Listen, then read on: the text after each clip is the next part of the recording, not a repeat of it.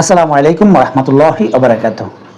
শেষ হতে যাচ্ছে ডক্টর ইউনূস অধ্যায়ের 5 আগস্ট আওয়ামী লীগের পতনের পর বাংলাদেশে ডক্টর ইউনূস অধ্যায়ের সূচনা ঘটে এবং আওয়ামী লীগের পতনের পর বাংলাদেশের যেসব সাধারণ মানুষ আসলে এই জুলাই অভ্যুত্থানে অংশগ্রহণ করেছে তাদের বিশ্বাস এবং আস্থার জায়গা তৈরি করে নিয়েছেন ডক্টর ইউনূস এবং তারা আসলে ডক্টর ইউনূসকে নিয়ে স্বপ্ন দেখা শুরু করেছিলেন যে এই ডক্টর ইউনূসের হাত ধরে বাংলাদেশে সংবিধান সংস্কার, রাষ্ট্র সংস্কার এবং এক অনন্য উচ্চতার বা অন্যরকম এক বাংলাদেশ গড়ে উঠাবেন এই ডক্টর ইউনূস এবং সেই স্বপ্ন নিয়ে ডক্টর ইউনূসকে আসলে তারা প্রধান উপদেষ্টা বানিয়েছেন এবং এই ডক্টর ইউনূসকে নিয়ে আসলে এই আওয়ামী লীগ বিরোধী শিবিরে কোনো বিতর্ক ছিল না। মানে বিএনপি বলেন, জামাত বলেন বা অন্যান্য যে এইসব দলগুলো আসলে এই আওয়ামী লীগ সরকারের পতনে আসলে ভূমিকা রেখেছিল বা যারা চেয়েছিল আওয়ামী লীগ সরকারের পতন হোক, এই সমস্ত দল কিন্তু ইউনূস সরকারকে সমর্থন করেছিলেন। কিন্তু বিগত অল্প কিছুদিন যাওয়ার পর থেকে আসলে বিএনপি ডক্টর ইউনূসকে আসলে সন্দেহ করা শুরু করেছেন এবং আস্তে আস্তে ডক্টর ইউনূসের থেকে আসলে বিএনপির যে সমর্থনটা এটা আসলে উঠিয়ে নিচ্ছেন। পরিস্থিতি আসলে এখন এমন জায়গায় দাঁড়িয়েছে যে আওয়ামী লীগ পতনের পর যেহেতু ডক্টর ইউনূস এই বাংলাদেশের রাষ্ট্র ক্ষমতায় এসেছেন, তাই আওয়ামী লীগের চরম শত্রু হবেন ডক্টর ইউনূস, এটা স্বাভাবিক বিষয়। কিন্তু আমাদের একটা প্রতিবেশী রাষ্ট্র, যে রাষ্ট্রটা আসলে বাংলাদেশের রাজনীতিতে আসলে অত্যধিক প্রভাব রাখে, সেই ভারতও কিন্তু ডক্টর ইউনূসের বিরোধিতা করছে এবং এই ভারত কিন্তু চাইছে ডক্টর ইউনূস যাতে এই 1 ঘন্টার জন্য এই প্রধান উপদেষ্টার পদে না থাকুক। আবার সেই সাথে যুক্ত হয়েছে এখন বিএনপি।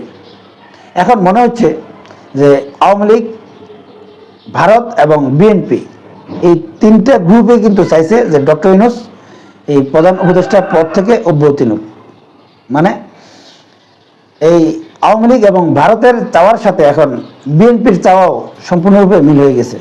এখন অনেকেই বলতে পারেন যে বিএনপি আসলে ডক্টর ইউনূসকে আসলে আর বিশ্বাস করছে না, কিন্তু আমি আসলে এটা পুরোপুরি মানতেও নারাজ। যেমন 5 আগস্টের পর বলাই হচ্ছিল যে এই ইউনূস সরকার কিন্তু এই ছাত্রদের আসলে পছন্দের সরকার এবং তারাই এই সরকারকে আসলে পরিচালনা করছে, কিন্তু পরবর্তীতে দেখা গেল যে ছাত্ররা যত দাবি দাওয়া করেছে এই দাবি দাওয়াগুলো কোনোটাই কিন্তু পূরণ হয়নি, অথচ বিএনপি যেটা চেয়েছে সেটাই কিন্তু শেষ পর্যন্ত এই সরকার করতে বাধ্য হয়েছে বা এই সরকার শেষ পর্যন্ত সেটাই করেছে যেটা বিএনপি চেয়েছে। একেবারে সংবিধান সংস্কার থেকে শুরু করে, রাষ্ট্র সংস্কার থেকে শুরু করে, সংস্কার প্রস্তাব থেকে শুরু করে রাষ্ট্রপতি সুপ্পুকে অপসারণ সহ আসলে ছাত্রদের যত দাবি দেওয়া ছিল সেই দাবি দেওয়ার সাথে বিএনপি যে দাবি দেওয়াগুলোর সাথে একমত ছিল না বা যে দাবি দেওয়াগুলোর বিরোধিতা করেছে সেগুলো কিন্তু এই সরকার আর কার্যকরী করেনি। তার মানে প্রত্যেকটা জায়গায় কিন্তু বিএনপির চাওয়াটাই কিন্তু এই বর্তমান ইউনূস সরকার পূরণ করেছে, এটা আমরা সাদা চোখে দেখেছি। শেষ পর্যন্ত একটা বিতর্ক হলো যে আসলে নির্বাচনটা কবে হবে এবং সংস্কার করেই কি নির্বাচন হবে নাকি যেন তেন একটা সংস্কার করে তারপর নির্বাচন দিয়ে দিবে। আমরা কি দেখলাম যে বিএনপি কিন্তু বিভিন্ন ধরনের হুমকি দামকি দিচ্ছিল যে তারা আন্দোলনে যাবে এবং নির্বাচনের রোডম্যাপ তারা চায়। শেষ পর্যন্ত ডক্টর ইউনূস 2025 সালের শেষের দিকে অথবা জানুয়ারির শুরুর দিকে নির্বাচন দেওয়ার ঘোষণা দিয়েছেন এবং নির্বাচন কমিশনও কিন্তু সেরকম বক্তব্য দিচ্ছে যে তারাও ডক্টর ইউনূসের এই বক্তব্য অনুযায়ী নির্বাচন দেওয়ার আসলে প্রস্তুতি নিচ্ছে এবং নির্বাচন কমিশন এটাও বলেছেন যে ওই সময়ের মধ্যে আসলে নির্বাচন দেওয়া সম্ভব।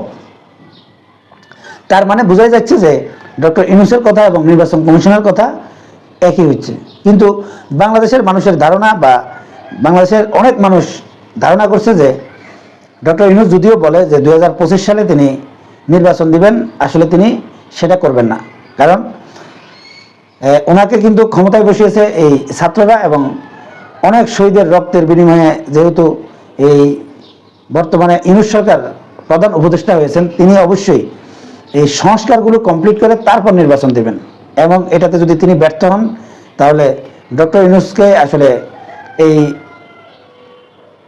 বাংলাদেশের যেসব লোকগুলো আসলে ডক্টর ইউনূসের প্রতি ভরসা রাখতেছে বা সবচেয়ে বেশি আশা করে বসে আছে, তারা কিন্তু হতাশ হবে এবং ডক্টর ইউনূসকে আসলে দোষারোপ করবে। এবং ডক্টর ইউনূসের বিভিন্ন বক্তব্য বিবৃতিতে আসলে এটাই মনে হচ্ছিল যে তিনি আসলে সংস্কার কমপ্লিট করে তারপর নির্বাচন দিবেন, এবং সেরকমই কিন্তু বোঝা যাচ্ছিল। তাই অনেকেই ধারণা করছিলেন যে এই 2025-এর ডিসেম্বরের মধ্যে আসলে সব সংস্কার সম্পূর্ণ করা সম্ভব নয়। তাই এই ডক্টর ইউনূস হয়তো 2026-এর শেষের দিকে অথবা 2027 সালে নির্বাচন দিতে পারেন, এবং বিএনপি যতই আন্দোলনের ঘোষণা দিক আর যাই বলুক, হুমকি দুমকি যাই দিক, ডক্টর ইউনূস কিন্তু সেটাতে কর্ণপাত করবেন না এবং তিনি তার গতিতে আসলে এগিয়ে যাবেন। এরপর সম্প্রতি আপনারা দেখেছেন যে স্থানীয় নির্বাচন জাতীয় নির্বাচনের আগে করার একটা প্ল্যান করা হচ্ছিল, এবং এই স্থানীয় নির্বাচন জাতীয় নির্বাচনের আগে দেওয়ার প্রস্তুতিও নিচ্ছিল এই বর্তমান ইউনূস সরকার। তখন আবার বিএনপি বলল যে স্থানীয় নির্বাচন করতে দেওয়া হবে না, মানে এই স্থানীয় নির্বাচন জাতীয় নির্বাচনের আগে হোক এটা বিএনপি চায় না এরকম না, মানে এই স্থানীয় নির্বাচন বিএনপি এই সরকারকে জাতীয় নির্বাচনের আগে করতে দেবে না। বিএনপি এর যুক্তি দেখিয়েছে যে স্থানীয় নির্বাচন আগে হলে নাকি নির্বাচন নাকি কন্ট্রোল করা যাবে না। হাস্যকর অনেকগুলো যুক্তি আসলে বিএনপি দিয়েছে, কিন্তু সঠিকভাবে ক্লিয়ারলি ভাবে বিএনপি এটা কেন দেবে না সেটা কিন্তু ব্যাখ্যা করেনি। এবং বাংলাদেশে এই বিএনপির যেই চাওয়া, এই চাওয়ার সাথে কিন্তু অন্যান্য যে দলগুলো রয়েছে, যেমন ইসলামিক দলগুলো সহ আরও অনেকগুলো দল রয়েছে, তারাও কিন্তু আসলে বিএনপির এই চাওয়ার সাথে একমত না। বিশেষ করে এই যারা এই জুলাই অভ্যুত্থানে আসলে নেতৃত্ব দিয়েছে, যে সমন্বয়করা বা ছাত্র নেতারা, তারাও কিন্তু আসলে স্থানীয় নির্বাচন আগে চেয়েছে, কিন্তু তারপরেও শুধুমাত্র বিএনপি ভেটো দেওয়ার কারণে শেষ পর্যন্ত শোনা যাচ্ছে যে জাতীয় নির্বাচন আগে হবে, তারপর স্থানীয় নির্বাচন হবে। তাহলে মূল কথাটা হচ্ছে এই পর্যন্ত বিএনপি যেটা চেয়েছে সেটাই হয়েছে, অন্য কারো কোনো দাবি আসলে শেষ পর্যন্ত টিকেনি।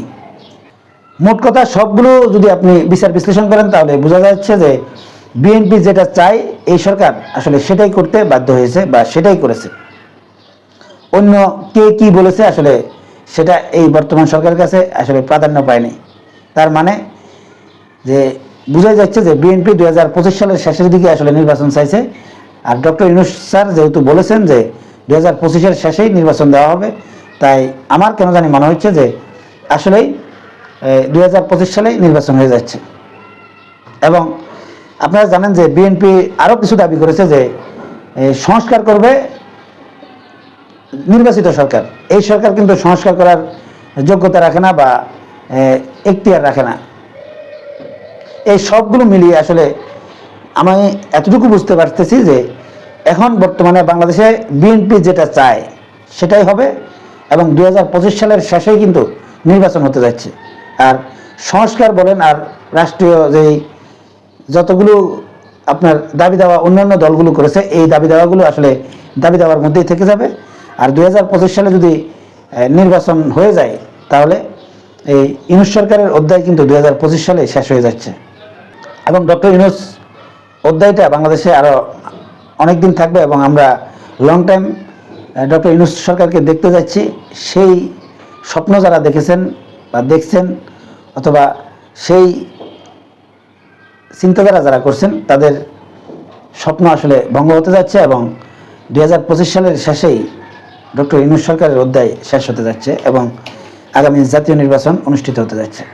সম্মানিত দর্শক, আপনারা কি মনে করেন যে 2025 সালের শেষের দিকেই কি নির্বাচন হোক এটা চান, নাকি আসলে এই বাংলাদেশে যে সংস্কারগুলো আসলে বাংলাদেশের জনগণ চাইছে, যে এই রাষ্ট্র সংস্কার এবং যেসব মৌলিক যে সংস্কারগুলো এগুলো সম্পূর্ণ হওয়ার পর ধীরে সুস্থে ডক্টর ইউনূস সরকার আসলে নির্বাচন হোক সেটা চান? কমেন্টসে জানাবেন। এখনকার মতো এই পর্যন্তই। আল্লাহ হাফেজ।